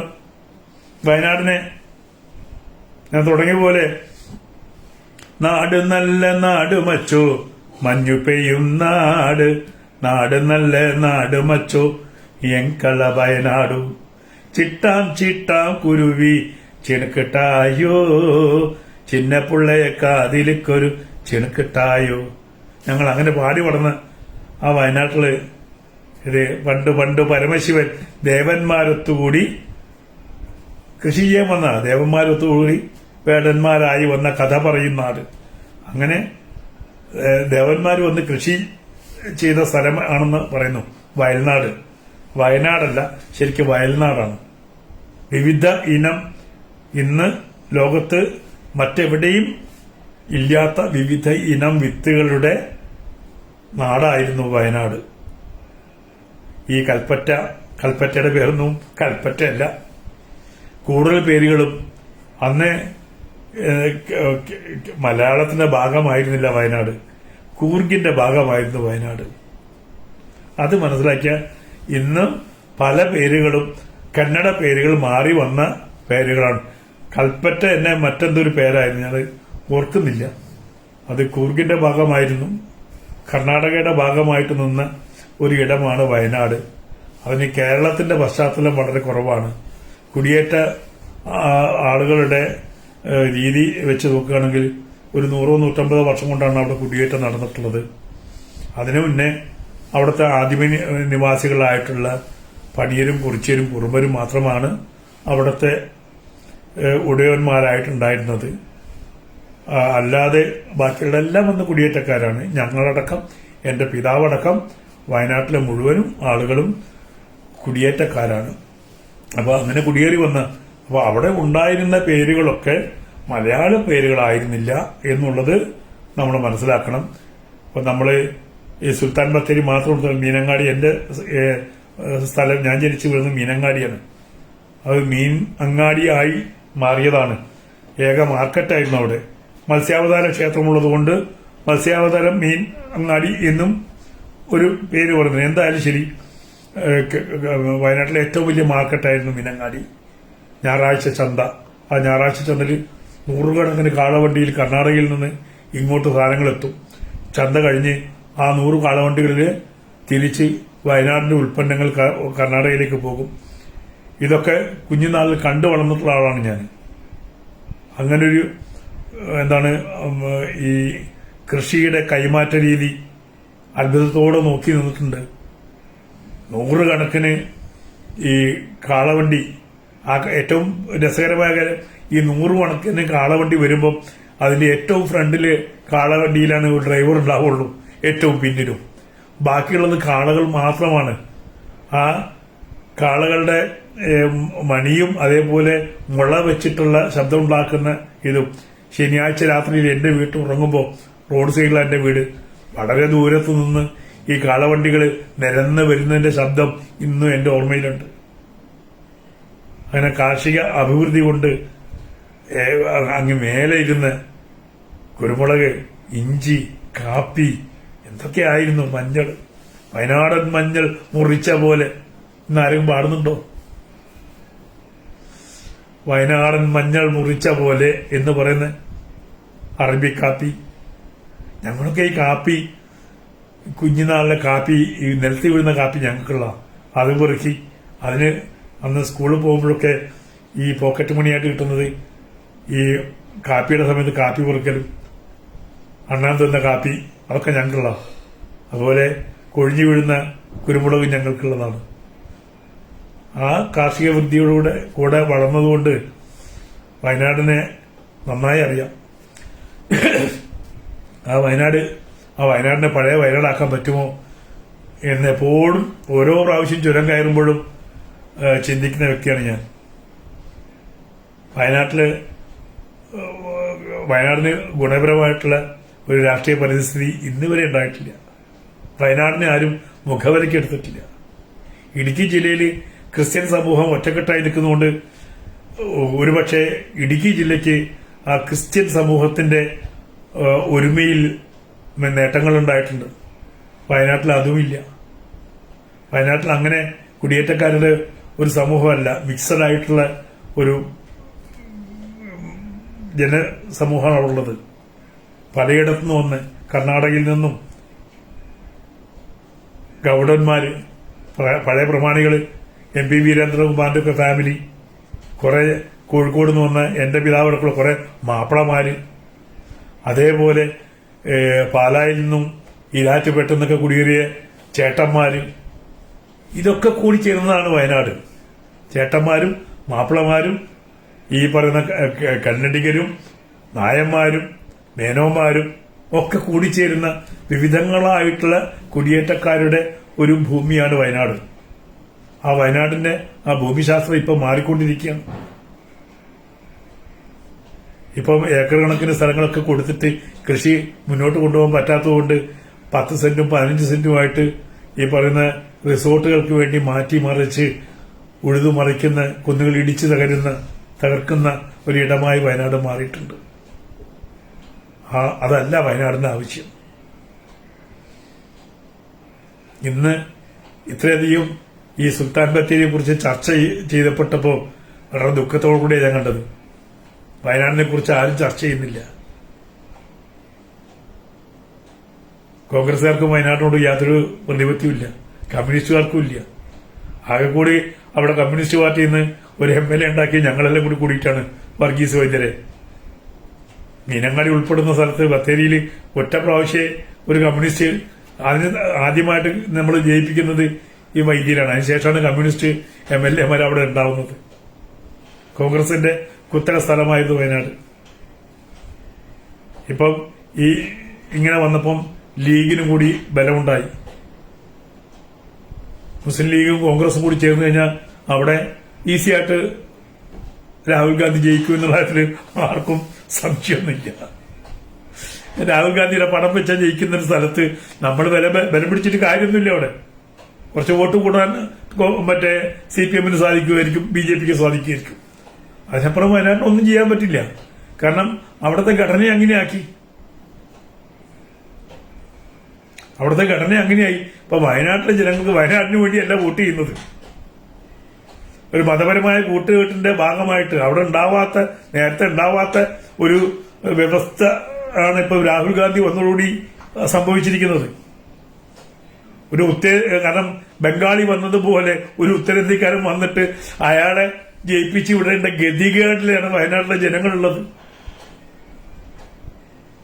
കഴിഞ്ഞ പ്രാവശ്യം പ്രധാനമന്ത്രിയാവും എന്ന് പറഞ്ഞ് എല്ലാവരും വിഡ്ഢികളാക്കിയിട്ട് അദ്ദേഹത്തെ ജയിപ്പിച്ചു. ഇപ്രാവശ്യം ജയിക്കും, യാതൊരു സംശയമില്ല. കാരണം അവിടെ കോൺഗ്രസും ലീഗും തീരുമാനിച്ചാൽ ആ തീരുമാനത്തിന് അപ്പുറത്തേക്ക് പോകാനുള്ള ബലമൊന്നും കമ്മ്യൂണിസ്റ്റുകാർക്കില്ല. വയനാട്ടിൽ കാർഷിക ജില്ലയായിട്ട് പോലും അവിടെ കമ്മ്യൂണിസ്റ്റുകാരെ മുന്നോട്ട് വന്നിട്ടില്ല. അതുകൊണ്ട് അതവിടെ ഇനി രാഹുൽ ഗാന്ധി അല്ല, ഇനി കോൺഗ്രസിന്റെ ആരെ കൊണ്ടുപോയി ഒരു കുറ്റിയടിച്ചു നിർത്തിയാൽ നിലവിലെ സാഹചര്യത്തിൽ ജയിച്ചു പോകും. അതെല്ലാവർക്കും അറിയാം. അങ്ങനെ രാഹുൽ ജയിച്ചു പോകുന്ന ഒരിടത്ത് പോയിട്ട് നമ്മൾ ആവശ്യമില്ലാതെ ഈ പറയുന്ന ഗണപതി വട്ടവും സുൽത്താൻ ബത്തേരി മറ്റ് ഗണപതി വട്ടാക്കിയിട്ടൊന്നും വയനാട്ടുകാർക്ക് ഒരു ഗുണമുണ്ടാവില്ല. വയനാട്ടുകാർക്ക് വേണ്ടിയിട്ട് ഇനി അവിടെ ജയിച്ചില്ലെങ്കിൽ പോലും എന്ത് ചെയ്യാൻ പറ്റും എന്നുള്ളതാണ് ഇന്നത്തെ രാഷ്ട്രീയ നേതൃത്വം ഒന്ന് ചിന്തിക്കേണ്ടുന്നത്, കേന്ദ്രവും ചിന്തിക്കേണ്ടുന്നതാണ്. വയനാടിനൊരു കാർഷിക ജില്ലയായിട്ട് പ്രഖ്യാപിക്കുകയും അവിടെ ഈ ഞാനൊക്കെ കുഞ്ഞിലെ എന്റെ പറമ്പിൽ നിന്ന് 4-5 ലോഡ് ഓറഞ്ച്, അതിങ്ങനെ അഗ്നി പോലെ നിറമുള്ള ഓറഞ്ച് വിറ്റിരുന്ന ആളാ ഞങ്ങള്. ഇന്ന് ഓറഞ്ച് കാണാനില്ല വയനാട്ടില്. അമ്പലവയൽ ഫാമിൽ പോയാൽ വല്ലപ്പോഴും കണ്ടെന്ന് വരും. ലോഡ് കണക്കിന് ഓറഞ്ച്, ഏറ്റവും മധുരമുള്ള, ഞാൻ എന്റെ ജീവിതത്തിൽ പിന്നെ കഴിച്ചിട്ടില്ല. എന്റെ കുഞ്ഞുനാളിലെ എന്റെ പറമ്പിൽ നിന്ന് പറിച്ചെടുത്ത ഓറഞ്ചിന്റെ രുചി ഇപ്പോഴും മറന്നുപോയിട്ടില്ല. ആ ഒക്കെ പോയി. അവിടെ വയനാടിന് സംഭവിച്ച ഏറ്റവും വലിയ തകർച്ചയുടെ കാര്യം എന്തായിരുന്നു? ഈ മണി ക്രോപ്പ് ഉണ്ടായതാണ്. മൾട്ടി ക്രോപ്പായിരുന്നു വയനാടിന്റെ. ഇന്നും ഞാൻ പറയുന്നു, വയനാട് നിലനിൽക്കണമെങ്കിൽ മൾട്ടി ക്രോപ്പ് വേണം, മണി ക്രോപ്പ് അല്ല വേണ്ടത്. മണി ക്രോപ്പിലേക്ക് പോയതാണ് വയനാടിന്റെ തകർച്ചയ്ക്ക് ഏറ്റവും വലിയ കാര്യം. ആരും ചർച്ച ചെയ്യാത്ത വിഷയമാണ്. പണ്ട് കാപ്പിക്ക് വിലയില്ലെങ്കിൽ മുളകിനുണ്ടാവുമായിരുന്നു, മുളകിൽ വിലയില്ലെങ്കിൽ കാപ്പിക്കുണ്ടാവുമായിരുന്നു, അതല്ലെങ്കിൽ ഇഞ്ചിക്കുണ്ടായിരുന്നു. ഇങ്ങനെ എല്ലാം മിക്സഡായി വന്നപ്പം വയനാടിന് പിടിച്ചു നിൽക്കാനുള്ള ശേഷി ഉണ്ടായിരുന്നു. ഇന്ന് അതില്ല. മണിക്രോപ്പ് മുളകിന് വില വന്നപ്പോൾ എല്ലാവരും മുളകിലേക്ക് പോയി. ബാക്കി എല്ലാ കൃഷിയും അന്യാധീനപ്പെട്ടു. പിന്നെ ലോകത്ത് എനിക്ക് തോന്നുന്നു ഏറ്റവും കൂടുതൽ രാസവളം പ്രയോഗിക്കപ്പെട്ട ഒരു ഇടമാണ് വയനാട്. വാഴക്കൃഷിയിലാണെങ്കിലും ശരി, ഈ കുരുമുളക് കൃഷിയിലാണെങ്കിൽ ശരി, മരുന്നും വളവും കൊണ്ടുവിട്ട് മണ്ണിന്റെ സ്വാഭാവികത മുഴുവൻ നശിപ്പിച്ച ഒരു ജില്ലയാണ് വയനാട്. ആ വയനാടിന്റെ മണ്ണിനെ തിരിച്ചെടുക്കാൻ തന്നെ വലിയൊരു സമയം വേണം നമുക്ക്. വയനാട്, പഴയ വയനാട് തിരിച്ചു വരണം എന്ന് കൊതിയുള്ള ഒരു വ്യക്തിയാണ് ഞാൻ, വ്യക്തിപരമായിട്ട് ഒരു വയനാട്ടുകാരൻ. അത് കേരളത്തിന്റെ ഏറ്റവും സുന്ദരമായിട്ടുള്ള സ്ഥലമാണ്. ഇടുക്കിയെ പോലെ ഏറ്റവും വലിയ കുന്നും മലകളുള്ള സ്ഥലമല്ല. ചുരം കയറിക്കഴിഞ്ഞാൽ വളരെ പ്ലെയിനായിട്ടുള്ള സ്ഥലം, ധാരാളം നല്ല കുന്നുകൾ, ഈ ടൂറിസത്തിന് പറ്റിയ മേഖലകൾ, എവിടേക്കും അനായാസം എത്തിച്ചെല്ലാവുന്ന റോഡുകളും കാര്യങ്ങളുമുള്ള, എളുപ്പം വികസിപ്പിക്കാവുന്ന സ്ഥലം. ഇതേപോലെ തന്നെ പഴകൃഷിക്ക് ഏറ്റവും നല്ല മേഖല. അതൊക്കെ കണക്കാക്കിയിട്ട് വേണം വയനാടിനെ കുറിച്ച് ചിന്തിക്കാനും വയനാടിനെ കുറിച്ച് സംസാരിക്കാനും. അല്ലാതെ ഈ പറയുന്ന എന്താണ് സുൽത്താൻ ബത്തേരിയുടെ പേര് മാറ്റിക്കൊണ്ട് വയനാട് നന്നാവില്ല. വയനാട് നന്നാവണമെങ്കിൽ വയനാടിന്റെ കാർഷിക രംഗവും ടൂറിസവും ഒക്കെ നന്നാവണം. അവിടെ ഹെൽത്തി ടൂറിസം വരണം. കോൺക്രീറ്റ് ടൂറിസം ഒന്നിനും വയനാടിന് പരിഹാരമേ ഇല്ല. അവിടെ എത്നിക്കലായിട്ടുള്ള എന്തെങ്കിലും ഡെവലപ്മെന്റ് ചെയ്യാൻ പറ്റുമോ എന്നുള്ളതൊക്കെ ഈ പറയുന്ന ഇലക്ഷൻ സമയമെങ്കിലും ജനങ്ങളും ചിന്തിക്കട്ടെ. രാഹുൽ ഗാന്ധിക്ക് ഏതായാലും ഇതൊന്നും ചെയ്തു തരാൻ പറ്റൂല. കാരണം സെൻട്രൽ ഗവൺമെന്റ് BJPയുടെ ഗവൺമെന്റാണ്. രാഹുൽ ഗാന്ധി ഇപ്പോൾ വയനാടിന് വേണ്ടി അവിടെ സംസാരിക്കും എന്നൊന്നും ഒരു വിശ്വാസവും ഇല്ല. രാഹുൽ ഗാന്ധി വയനാടിന് വേണ്ടി എന്തെങ്കിലും ചെയ്തതായിട്ടും ഒരു വിശ്വാസം എനിക്കില്ല. ഒരു മാറ്റവും ഉണ്ടായിട്ടില്ല. താഴോട്ടല്ലാണ്ട് മേലോട്ട് പോയിട്ടില്ല. മേലോട്ട് പോവാൻ ഭാവിയിലെങ്കിലും വയനാടിനെ അറിയുന്ന, വയനാടിന്റെ മണ്ണിലുള്ള നല്ല വയനാട്ടിലെ പ്രവർത്തകര് വരട്ടെ. മണ്ണിനെ സ്നേഹിക്കുന്നവര് അവിടത്തെ ഭരണാധികാരികളായിട്ട് മാറട്ടെ എന്ന് മാത്രമേ ഈ വൈകിയ വേളയ്ക്ക് പ്രാർത്ഥിക്കാനുള്ളൂ. നല്ലത് വരട്ടെ, വയനാടിന് നല്ലത് വരട്ടെ. ബാക്കി ഇന്നത്തെ ഈ അന്തിച്ചർച്ച ഈ കേവലം ഒരു മോശമായിട്ട് തോന്നുന്നു. സുൽത്താൻ ബത്തേരിയുടെ പേര് മാറ്റുന്നതിലേക്ക് ഒരു കേവല ചർച്ചയായിട്ട് വന്നതിൽ അതിയായ ദുഃഖമുണ്ട്. അത് വേണ്ടായിരുന്നു. അത് ശരിയായ നടപടിയായില്ല. മറ്റെന്തൊക്കെ വിഷയങ്ങളുണ്ട് നമുക്ക്. ഏതായാലും ഇനിയൊരു വിഷയമായിട്ട് വീണ്ടും സന്ധിക്കും വരേക്കും വണക്കം. നമസ്തേ നന്ദകുമാർ. ഒരുപാട് ആൾക്കാരില്ല, എല്ലാവർക്കും സന്തോഷം. തെക്കൻ ജില്ലകളിൽ പോലീസ് കേസ് ആവുന്നവർക്ക് ഇല്ല. അത് ഇപ്പൊ അടുത്ത കാലത്ത് വന്നിട്ടുള്ളതാണ്. ഞങ്ങള് സമാധാന പ്രിയരുന്നു. അവിടെ ക്രിമിനൽസ് ഉണ്ടായിരുന്നില്ല ഒരു കാലഘട്ടത്തില്. അതൊക്കെ 70-ന് ശേഷം വന്നിട്ടുള്ള മാറ്റങ്ങളാണ്. മറ്റത് സത്യസ്ഥ ഗതിയില്ലാത്തവര് കുടിയേറിയ ആൾക്കാരെന്ന് പറഞ്ഞാൽ ശരിയാണ്. ക്രിമിനലുകളായിട്ടുള്ളവർ കുടിയേറിയ സ്ഥലമൊന്നുമല്ല വയനാട്ടില് ഗതിയില്ലാത്തവര്, നാട്ടിലെത്തിക്കാൻ ഗതിയില്ലാത്തവരൊക്കെ വയനാട്ടിൽ വന്നിട്ട് വളച്ചു കെട്ടി കൃഷി ചെയ്ത് ഭൂമിയോട് കാടിനോട് മല്ലടിച്ച് കാട്ടുമൃഗങ്ങളോട് മല്ലടിച്ച് ഭൂമി ഉഴുത് മറിച്ചിട്ടുണ്ടാക്കിയ ഭൂമി തന്നെയാണ് അവിടെ. പിന്നീട് വയനാടിനെ കൊള്ളയടിച്ചതൊക്കെ മറ്റു ആൾക്കാർ, രാഷ്ട്രീയക്കാർ നന്നായിട്ട് കൊള്ളയടിച്ചിട്ടുണ്ട്.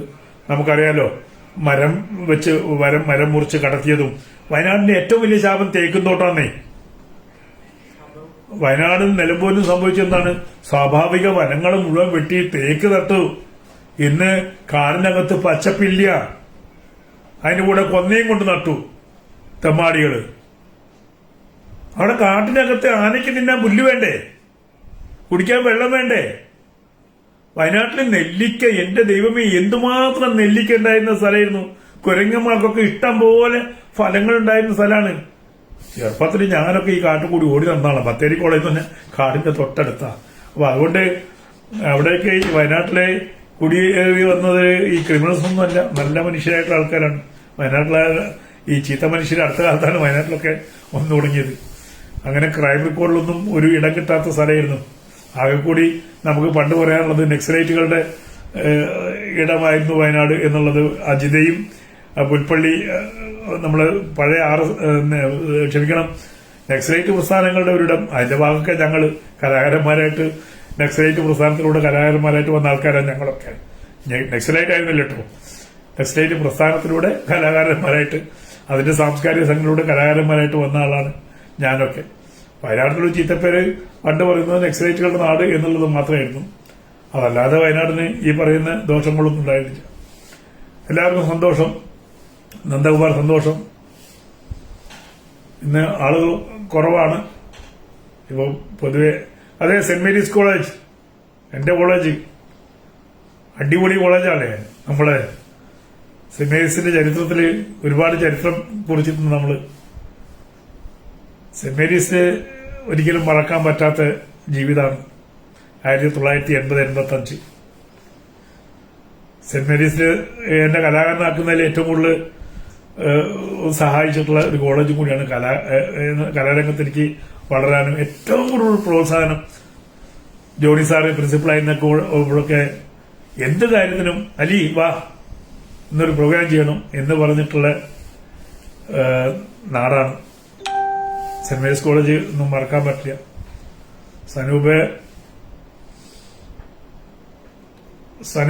സന്തോഷം.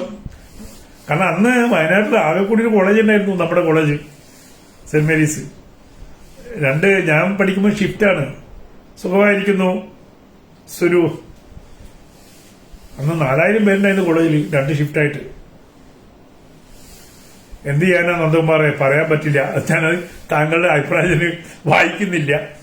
ചില ആവശ്യമില്ലാത്ത കാര്യങ്ങൾ പറഞ്ഞാൽ ആവശ്യമില്ലാത്ത കാര്യങ്ങൾ സംഭവിക്കും. ഈ പൊക്കി കൊണ്ടുപോയിട്ട് നാരായണത്ത് പ്രാന്തനം പോലെ മേലെ കൊണ്ടുപോയി കല്ലുരുട്ടി മേലെ കൊണ്ടുപോയിട്ട് താഴെ ഇട്ടിട്ട് അത് പോകുമ്പോൾ ചിരിക്കാൻ നമുക്കൊന്നും പറ്റില്ല. നമുക്ക് അത് എന്താണ് മറ്റൊരു ഭാഷയിൽ ഒക്കെ തിരുത്തി പറയാൻ പറ്റുമെങ്കിലും നമുക്കത് ഭ്രാന്തായിട്ട് തോന്നും. അതുകൊണ്ടാണ് നാരായണത്ത് ഭ്രാന്തനെ ഭ്രാന്തൻ എന്ന് വിളിച്ചത്. ആ ഉരുട്ടി താഴ്ത്തിടുമ്പോഴുള്ള സംഗതികൾ, അതിന്റെ വിശകലനമൊക്കെ വേറെ. പക്ഷെ പൊതുവെ പുറത്തുനിന്ന് നോക്കുമ്പോൾ മേലെ വരെ ഉരുട്ടി കയറ്റിയിട്ട് മേലെ കൊണ്ടുപോയിട്ട് ഇല്ല. സിനിമ യൂട്യൂബിൽ ഇട്ടിട്ടില്ല. യൂട്യൂബിൽ അടുത്ത മാസം ഉള്ളൂ. കാരണം നിങ്ങൾക്കറിയാലോ, ഇപ്പൊ തന്നെ എന്റെ ഒരു ചാനൽ കട്ടായി. എങ്ങനെയായിരിക്കും കട്ടായി? അപ്പൊ ഈ സിനിമ വരുമ്പം റിപ്പോർട്ടിനേക്കാളും കൂടി സപ്പോർട്ട് എനിക്ക് വന്നാൽ മാത്രമേ ഞാൻ സിനിമ ഇടുള്ളൂ. റിപ്പോർട്ടിങ്ങിനേക്കാൾ കൂടുതൽ സപ്പോർട്ട് എപ്പോ വരുമെന്ന് എനിക്ക് തോന്നുന്നോ. ഇപ്പൊ എനിക്ക് എന്റെ ചാനൽ മമധർമ്മ പ്രൊഡക്ഷൻസ് ചാനലുള്ളത് 10,000-ന് മേലെ ആൾക്കാരുണ്ടെങ്കിലും 7,000 പേര് നമ്മുടെ സിനിമയുടെ ഷൂട്ടിംഗ് സമയത്ത് വന്ന അവര് എന്റെ അക്കൗണ്ടിലേക്ക് തിരിച്ചു വന്നിട്ടില്ല. ഇപ്പൊ 2,000 പേരുണ്ട്. എങ്കിൽ പോലും അത് 250-300 പേരാണ് അതിൽ ചാനലിലുള്ളത്. ഈ 300 പേർക്ക് വേണ്ടി ഞാൻ സിനിമ ഇടണോ? 300 പേർക്ക് ഞാൻ സിനിമ ചാനൽ ഇട്ട് കഴിഞ്ഞാൽ ഉണ്ടാകുന്ന അവസ്ഥ ഒന്ന് ആലോചിച്ച് നോക്കൂ. അത് വേണോ? അത് വേണ്ട. അതുകൊണ്ട് അതിനെ റിസീവ് ചെയ്യാൻ തക്ക വിധത്തിൽ നമുക്കൊരു ഓഡിയൻസ് ഉണ്ടാക്കിയിട്ട് മാത്രമേ അത് നിങ്ങളെല്ലാം ശ്രമിക്കുക.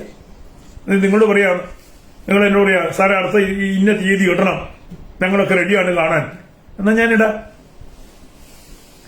ഞാനിത് പറഞ്ഞു കഴിഞ്ഞു. പുഴ മുതൽ പുഴ വരെ മുഴുവനായിട്ട് ഒരു കട്ടുമില്ലാതെ ആ ലെങ്തില് വിവിധ ഭാഗങ്ങളായിട്ട് ഒറ്റയടിക്ക് സിനിമ തീരില്ല. 3.5 മണിക്കൂർ 3.25 മണിക്കൂറുണ്ട് ആ സിനിമ. നിങ്ങൾ കണ്ട സിനിമയല്ല യഥാർത്ഥ സിനിമ.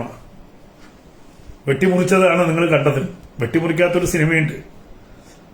ആ നാളെ തീർച്ചയായിട്ടും മീനങ്ങാടി സ്കൂളിൽ ഞാൻ വരും, ഉച്ചയ്ക്ക് ശേഷം ഞാൻ വരും. അത് വരാതിരിക്കാൻ പറ്റുമോ? മീനങ്ങാടി സ്കൂളിലെ 65ാം വാർഷികമല്ലേ നാളെ. അതിന് ഞാൻ വന്നില്ലേ പിന്നെ എങ്ങനെയാ തീരുക? അത് എന്തായാലും നാളെ വൈകിട്ട് അവിടെ ഉണ്ടാവും മീനങ്ങാടി. അപ്പൊ എന്തായാലും വയനാട്ടിൽ സുഖമായിരിക്കട്ടെ, നല്ല ബുദ്ധി ഉണ്ടാവട്ടെ. ആര് ജയിച്ചാലും, ഇനി രാഹുൽ ജയിച്ചാലും രാഹുലിന് നല്ല ബുദ്ധി തോന്നട്ടെ വയനാടിനെ ഒന്ന് രക്ഷപ്പെടുത്താൻ എന്നേ എന്റെ അഭിപ്രായമുള്ളൂ. ആര് വന്നാലും, ആര് ജയിച്ചാലും നമുക്ക് നാട് നന്നാവണം. അത് എല്ലാവരും ശ്രമിക്കും. എല്ലാവരും ശ്രമിച്ച് എല്ലാവരും കാണാൻ തയ്യാറാവുകയാണെങ്കിൽ എന്റെ അടുത്ത് ഒരു 10,000 പേര് പറയാണ് എനിക്ക് ഞങ്ങൾക്ക് സിനിമ കാണണം എന്ന് പറഞ്ഞൊരു മെസ്സേജ് എനിക്ക് 10,000 പേരിട്ട് കഴിഞ്ഞാൽ ഇന്ന ദിവസം ഞങ്ങൾ അതിന് റെഡിയായി നിൽക്കും എന്ന് പറഞ്ഞാൽ സിനിമ ഇടാം. ആലപ്പുഴ വരുമ്പോൾ തീർച്ചയായിട്ടും വരാം. ഇങ്ങനെ നമ്മൾ കമ്മ്യൂണിക്കേറ്റ് ചെയ്തിട്ടാണ് ആ സിനിമ ഉണ്ടാക്കിയത്. പക്ഷെ ആ സിനിമ കാണാൻ ഒരുമിച്ച് നിൽക്കണം എന്നുള്ളത് ഒരു വ്യക്തിയാണ് ഞാൻ. എനിക്ക് ബന്ധപ്പെടാവുന്ന ഒരു പരിമിതിയുണ്ട്. 3 വർഷമായിട്ട് എന്റേതായിട്ടുള്ള ഒരു പ്രവർത്തനത്തിന് എനിക്ക് കഴിഞ്ഞിട്ടില്ല. വട്ടപൂജ്യമാണ് ഞാൻ. ആ സിനിമയായിട്ട് ബന്ധപ്പെട്ട് ഇന്നും ആ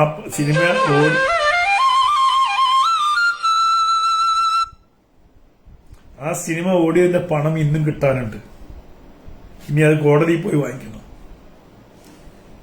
ആകെ ചുരുങ്ങിയ പണമാണ് നമുക്ക് കിട്ടുന്നത്.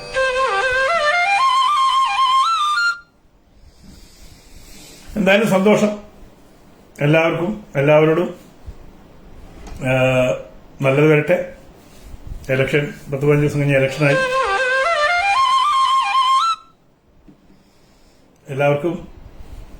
എല്ലാവരും വോട്ട് ചെയ്യുക. നല്ലവർ ജയിച്ചു വരട്ടെ. നാട് നന്നാവട്ടെ. പ്രത്യേകിച്ച് സുരേഷ് ഗോപി ജയിച്ചു വരട്ടെ.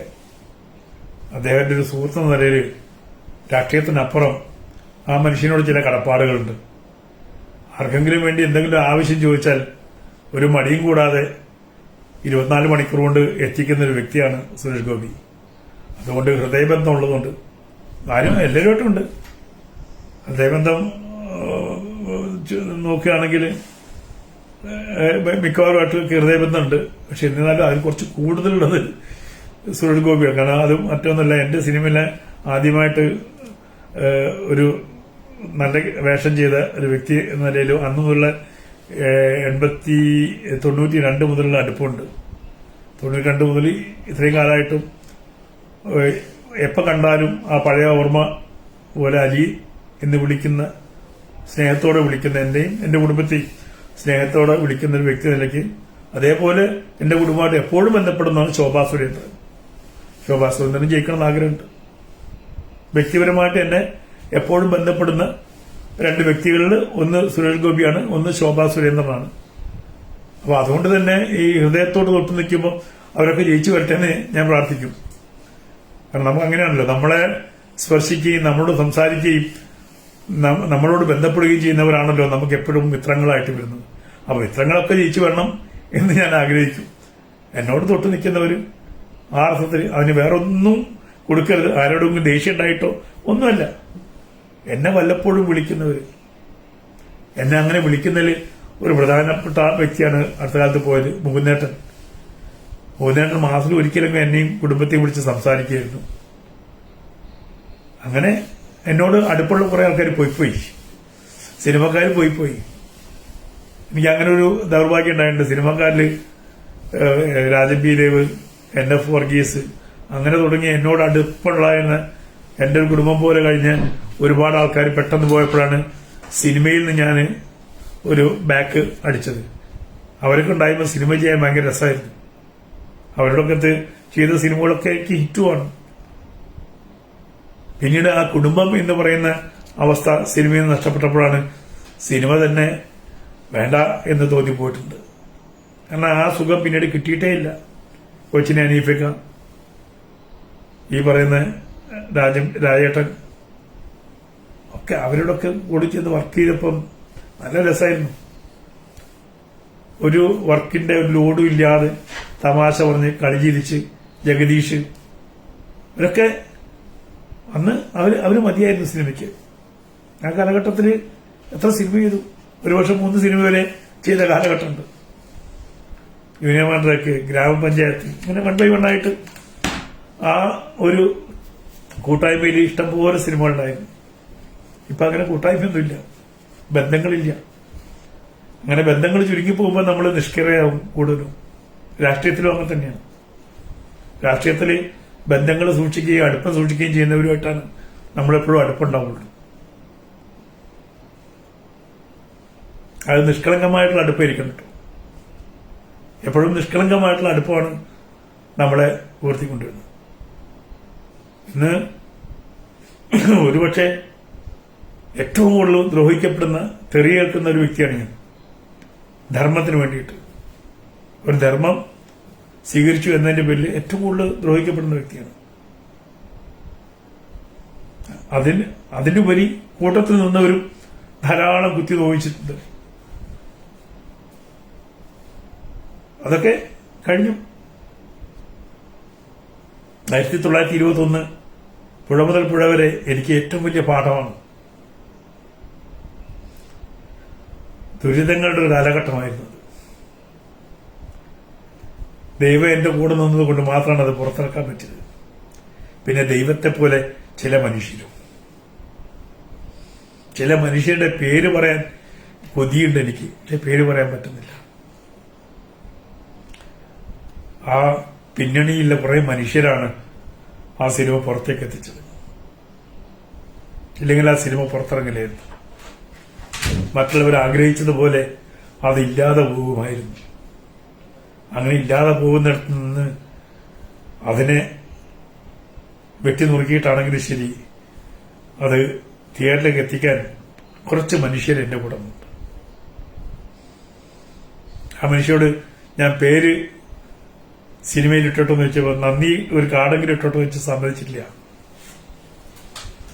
അങ്ങനെ എന്നെ വല്ലാതെ സഹായിച്ച വ്യക്തികളുള്ളപ്പോഴാണ് ഒരു രൂപ പോലും തരാത്ത കണക്ക് കാണിക്കണം എന്ന് പറഞ്ഞിട്ട് ദിവസവും ഫേസ്ബുക്കിൽ വന്നിട്ട് പലയാട്ട് നടത്തുന്നത്.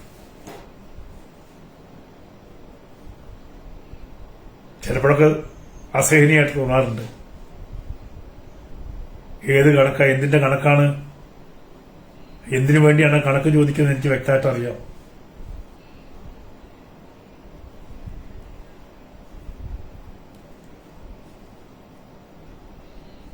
പക്ഷെ നമ്മൾ ചെയ്തത് ലോകത്ത് ഈ കേരളത്തിൽ സംഭവിക്കാൻ ഒരിക്കലും സാധ്യതയില്ലാത്ത കാര്യം സംഭവിച്ചു എന്നുള്ള കാര്യത്തിൽ സന്തോഷമുണ്ട്.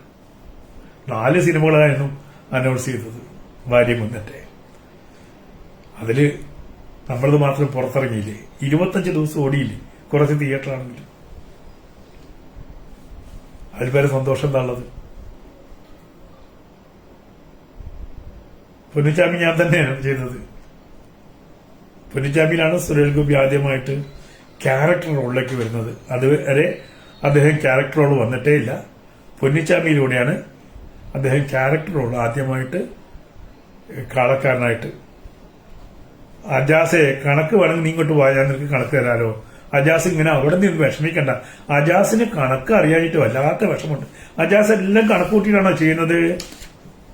തരാലോ. അജാസ് നേരിട്ട് വാ, കണക്ക് ഞാൻ തരാം. ഈ പറയുന്ന സുഡാപ്പികൾക്കാണ് ഇതിന്റെ കണക്കറിയാഞ്ഞിട്ട് ഏറ്റവും അജാസെ 10-30 കോടി ഉണ്ട്, ബാക്കി വെച്ച് ഞാനിങ്ങനെ അട്ടിക്കിട്ടുണ്ട്. അജാസിന് വിഷമം വല്ലതും ഉണ്ടോ? സംഘികളുടെ പൈസയല്ലേ. അജാസിന് എന്താ അത്ര വിഷമം?